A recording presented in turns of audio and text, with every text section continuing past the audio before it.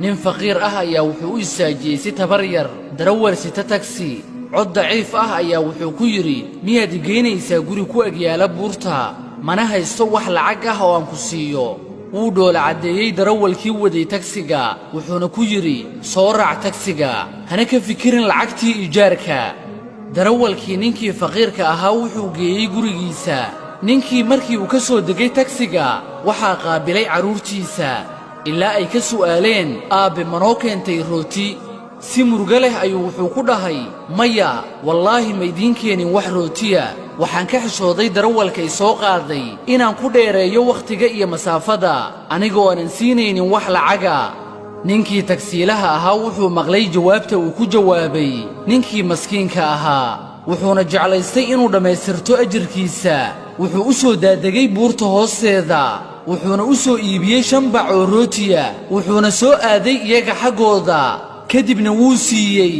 ninkii tagsiilaha ahaa wuxuu arkay carruurtii ninka faqiirka ahaa uu dhalay oo rootiga ku cunay daqiiqado gudahooda baahi daran oo haysay awgeed wuxuu isku dayey inuu qariyo ilmadiisa wuxuuna ka soo kaxaysay gaarigiisa buurtii ilaa uu ka yimid magaaladii isagoo u socday inuu shaqaysto wuxuuna raadinayey dad uu ku qaado gaariga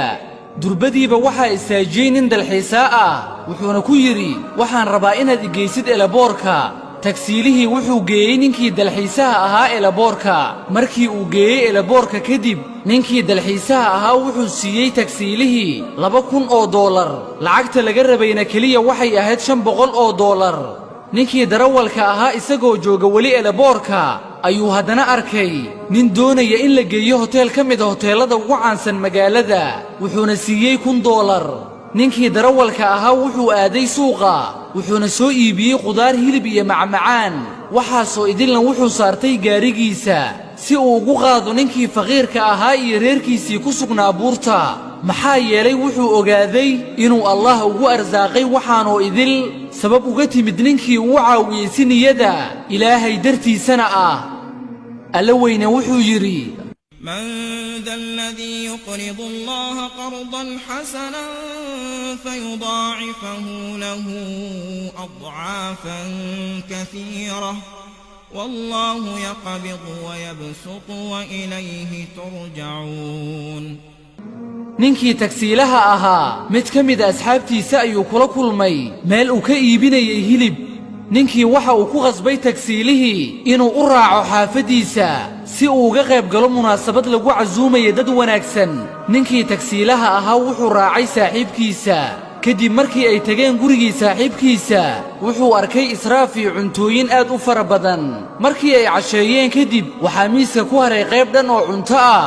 qofna aysan taaban yacnii aysan waxba ka cunin ninkii wuxuu yidhi xaggeen geeyaa cuntadan ninkii darawalka ahaa wuxuu yidhi aniga ayaa qaadanaya markii uu soo macsalaameeyey tagsiilihii saaxiibkiisa kadib wuxuu aaday reerkii ninkii faqiirka ahaa wuxuuna siiyey wixii uu soo iibiyey oo idil iyo wixii uu ka soo qaaday gurigii saaxiibkiisa ee lagu martiqaaday isaga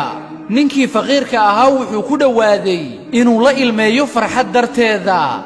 intii uusan ka soo tegin ninkii tagsiilaha ahaa gurigii ninkii faqiirka ahaa wuxuu maqlay isagoo taagan markaa albaabka gadaashiisa codkii carruurta iyagoo aad u qaylinaya farxad awgeeda sida inay milkiyeen wax aad u weyn oo kale ninkii tagsiilaha ahaa waxaa ka soo daadatay indhihiisa ilin isagoo aad ula xanuunsaday reerkaasi waxa ay ku sugan yihiin oo dhibaato ah wuxuuna ugu duceeyey inuu allah u naxariisto uuna wanaajiyo wuxuu kaloo ku duceeyey inuusan allah ina oofsan inaga oo masaakiinta ka gaabinayna arrinkooda aanana ka warhaynin xaaladooda alla weyne wuxuu yidhi يا أيها الذين آمنوا لا تلهكم أموالكم ولا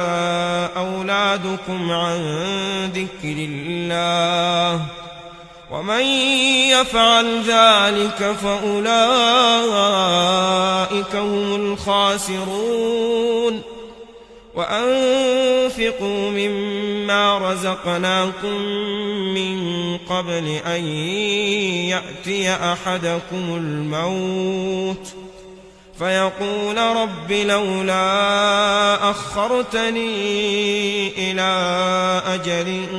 قريب فأصدق وأكن من الصالحين ولن يؤخر الله نفسا إذا جاء أجلها والله خبير بما تعملون.